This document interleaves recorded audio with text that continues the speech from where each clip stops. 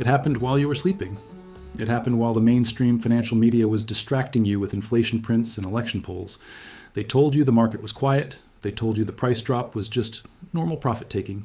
But if you look at the vault data, if you look at the shadow ledger that the bullion banks are terrified you will see, you will realize that a crime of historical magnitude has just taken place.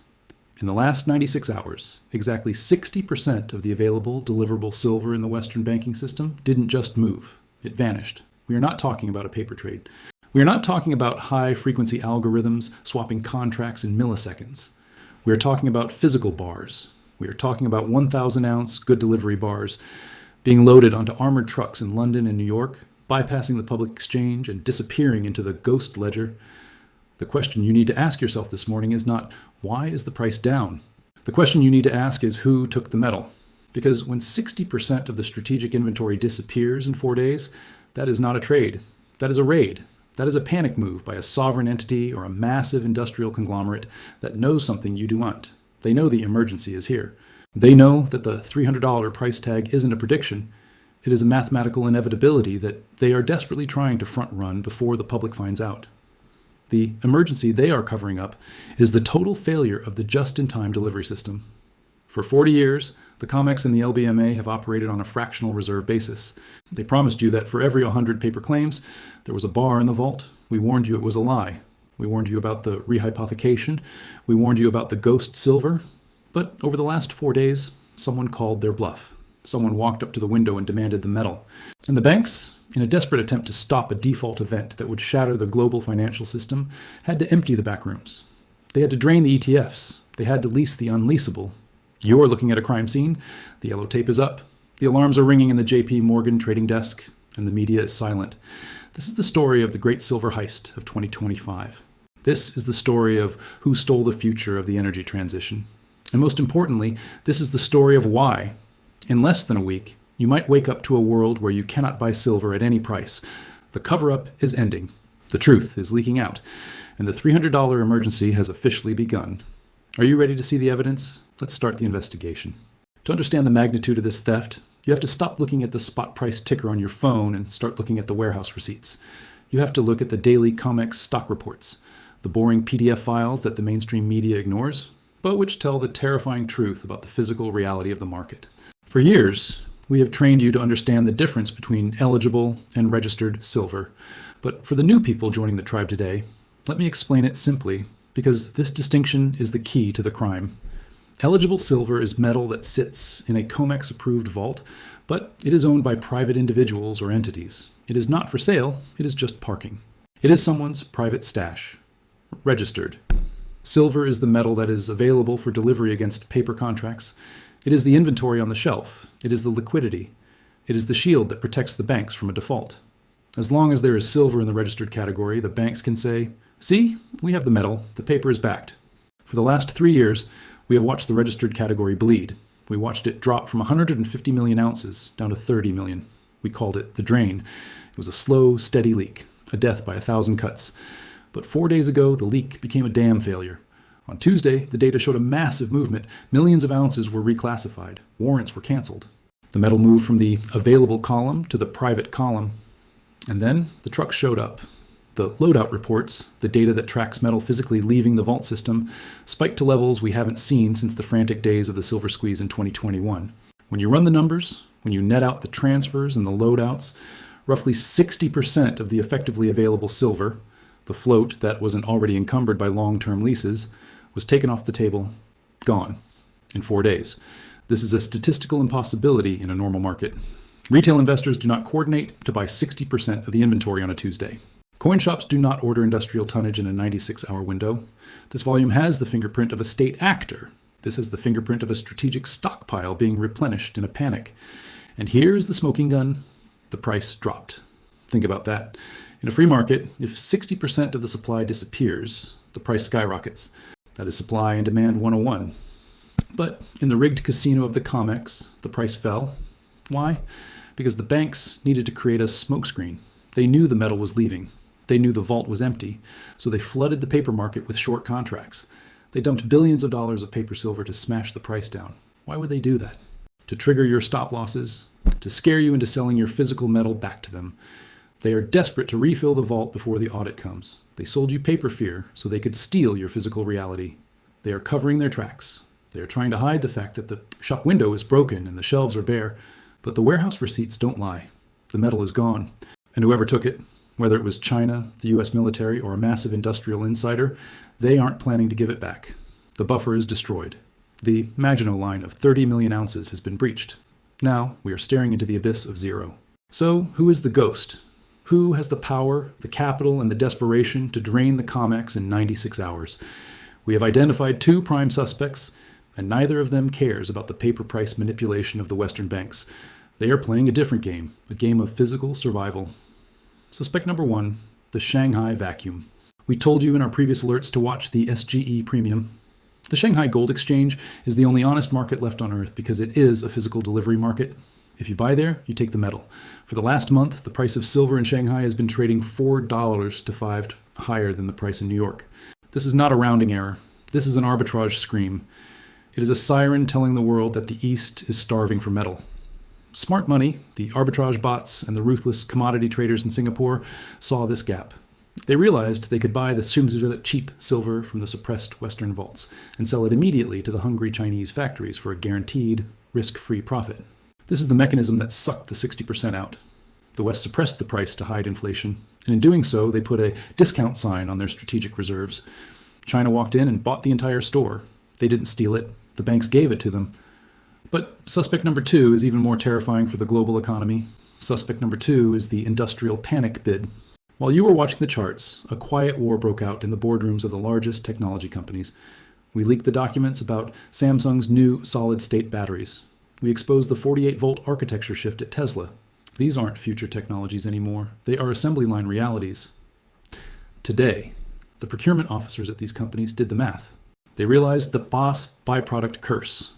The fact that mines cannot simply ramp up production because silver is tied to zinc and lead output. They looked at the collapsing grades, and they realized that if they didn't secure physical metal now, their billion-dollar factories would turn into empty warehouses by Christmas. The 60% withdrawal wasn't speculation. It was strategic prepositioning. It was Samsung, it was Tesla, it was maybe even Raytheon, bypassing the dealer network and taking delivery of 1,000-ounce bars directly from the source to sequester them in private, dark warehouses. They are hoarding. They are panic buying. They are securing the silver carbon future before the public realizes the mines are empty. The banks are covering up a run on the bank, but instead of people lining up for cash, it is corporations lining up for conductivity. The $300 emergency is the internal valuation these companies have placed on the metal. To them, silver at $30 is a joke. Silver at $300 is still cheap if it keeps the assembly line moving. They paid the premium, they took the metal, and they left the paper shorts holding a bag of empty promises. We are now crossing the event horizon into the phase of the collapse that the history books will call the disconnect. This is the moment where the spot price on your screen becomes a lie, a dangerous digital hallucination designed to keep you calm while the vault doors are welded shut. If you think I am being dramatic, try this experiment today. Pick up the phone, call the largest bullion dealers in the country, ask them for a monster box of silver eagles, ask them for 10 100-ounce bars. Listen to the hesitation in their voice, listen to the silence. They might give you a price, but then ask for the delivery date. They will tell you 4 weeks, then 6 weeks, then force majeure. This is the unobtainium phase. The 60% that vanished in the last 4 days didn't just empty the COMEX, it broke the supply chain that feeds the retail market.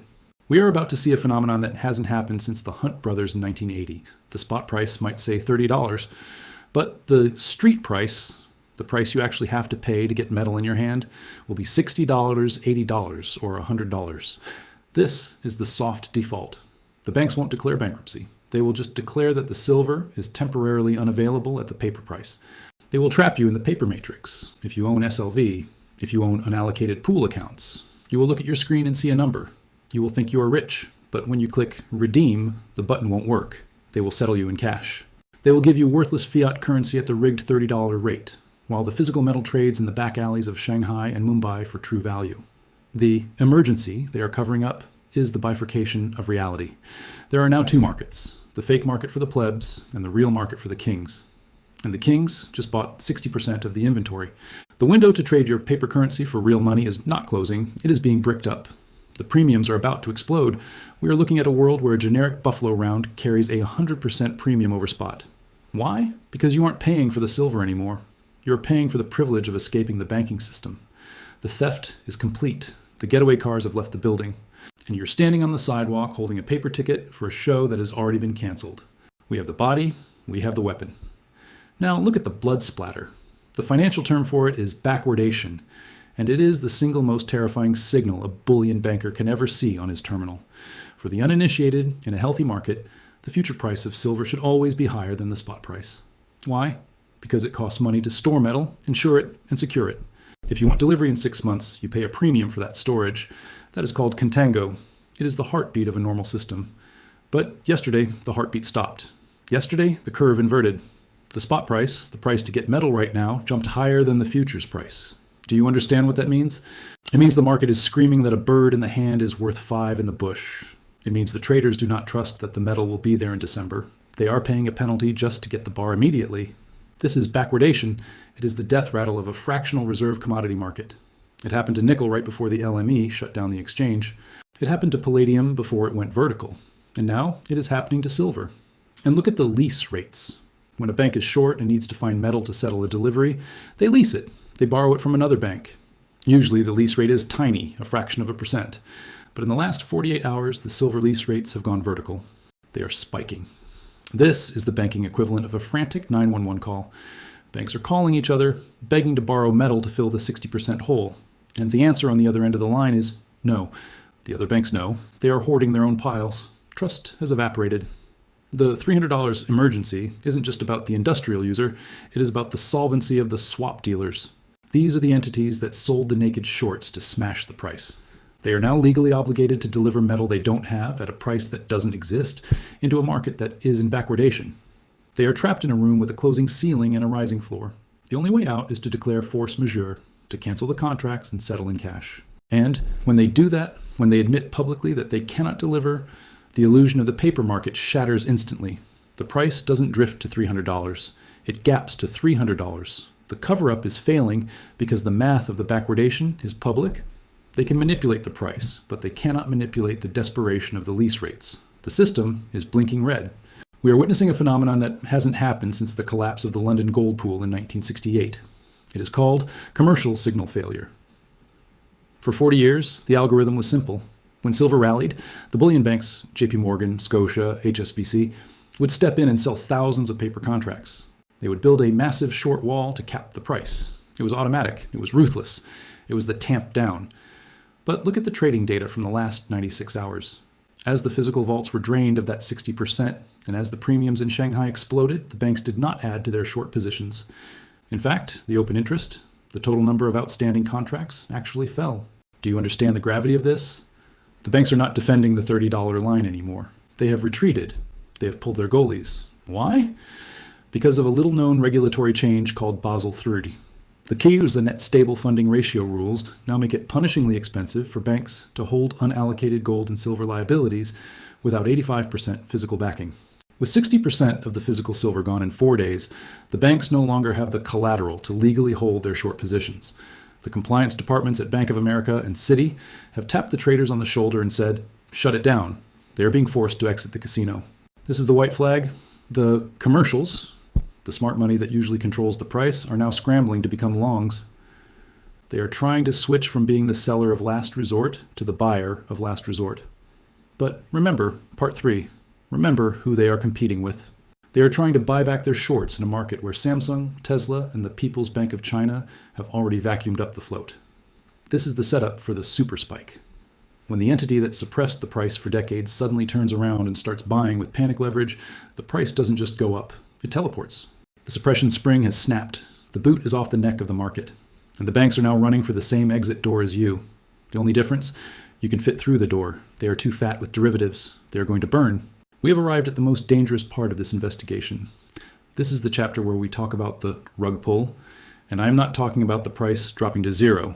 I'm talking about the price going to infinity and you not getting a single dime of it. You need to listen to me very carefully right now. If you hold your silver in an ETF, in an unallocated pool account, or in a digital banking app that promises you exposure to the metal, you are walking into a trap that was set in 2022. Do you remember the LME nickel squeeze? In March 2022, the price of nickel went vertical. It doubled in hours. It broke the market. The banks who were short, the same banks who are short silver today, were facing total insolvency. They were about to lose billions. So what did the exchange do? Did they let the price run? Did they let the shorts fail? Did they let the free market work? No, they pulled the plug. They suspended trading. And then they did the unthinkable. They canceled the trades. They rewrote history. They went into the ledger and deleted the profits of the longs to save the skins of the shorts. They said, the market is disorderly. And they reset the price back to where it was before the squeeze. With 60% of the silver inventory now gone, we are setting up for the exact same scenario on the COMEX. When the price gaps to $50, then $75, then $100 overnight, because Samsung panic bids the last bar, the COMEX will not celebrate. They will declare a force majeure. They will halt trading, and they will invoke the cash settlement clauses hidden in the fine print of your ETF prospectus. Here's the nightmare scenario. Silver hits $300 in the physical market. You look at your SLV shares, expecting to be rich, but the exchange is halted. A week later, you get a notification. Your position has been liquidated, but not at $300. They liquidated you at the last fair market price before the halt, let's say $35. They will force you out of your position at a discount, pay you in rapidly depreciating fiat currency, and then close the doors. Meanwhile, the physical metal, the coins in your safe, the bars in your private vault, will be trading on the black market for real value. This is why we say, if you don't hold it, you don't own it. It isn't a catchphrase, it is a legal reality. The 60% theft was the signal that the insiders are moving to possession because they know the paper market is about to be canceled. They are stealing the inventory so that when they default on the paper, there is no metal left to fight over. You become a creditor in a bankruptcy court, hoping for pennies on the dollar, while the physical holders become the new central bankers of the energy economy. The trap is set, the precedent is established, and the exits are being locked. We have reached the end of the investigation. The yellow tape has been wrapped around the COMEX. The fingerprints of the Shanghaikers, the Shanghai vacuum, and the industrial panic bid have been lifted from the empty vaults. The motive, the $300 emergency valuation of silver in a post-fiat world, has been established. And the cover-up, the desperate attempt by the banks to suppress the price while they exit their short positions, has been exposed. Now, the only variable left in this equation is you. You're standing on the tracks of history. For 40 years, the silver market has been a rigged casino where the house always wins. They printed paper to suppress the price. They convinced you that an ounce of silver was worth $20, then $25, then $30. But in the last 96 hours, the casino ran out of chips. The house has been cleaned out by a player bigger than them. The theft of 60% of the deliverable silver in 4 days is not a trading anomaly. It is a regime change. It is the moment the baton passed from the paper manipulators to the physical owners. The window to act is rapidly closing. I'm not talking about months, I'm talking about days. When the news of this inventory collapse hits the mainstream, when Bloomberg finally runs the headline "The COMEX vaults critical," the retail stampede will begin. But by then, the unobtainium phase will be in full effect. The buy button on your bullion dealer's website will be grayed out. The local coin shop will have a closed sign on the door. You do not want to be the person waving a fistful of worthless dollars at a locked door, begging for a single ounce of real money. So here is your final briefing. Stop looking at the spot price. It is a ghost. It is a legacy number from a broken system. If you see silver at $30, but you can only buy it for $50, the price is $50. Accept the new reality. Stop trusting the ETFs. If you cannot touch it, you do not own it. You are simply an unsecured creditor of a failing bank. Get the metal in your possession. If you have to pay a premium, pay it. The premium is the price of freedom. And most importantly, get your house in order now. This weekend, the 60% drop was the warning shot. The next move won't be a warning. It will be a repricing event that wipes out the shorts and rewards the stackers with generational wealth. We have the intel. We see the data. The silver bomb has detonated, and the shockwave is traveling through the financial system right now. It hasn't hit the nightly news yet, but it will. You have been warned. The vault is empty. The thieves have left the building. And the only thing remaining is the inevitable explosion of the true price. Don't be a victim of the cover-up. Be the beneficiary of the breakout. Subscribe to the channel. Turn on the notifications. We will be tracking the vault movements every single day until the default is official. The heist is over. The panic is next. Class dismissed.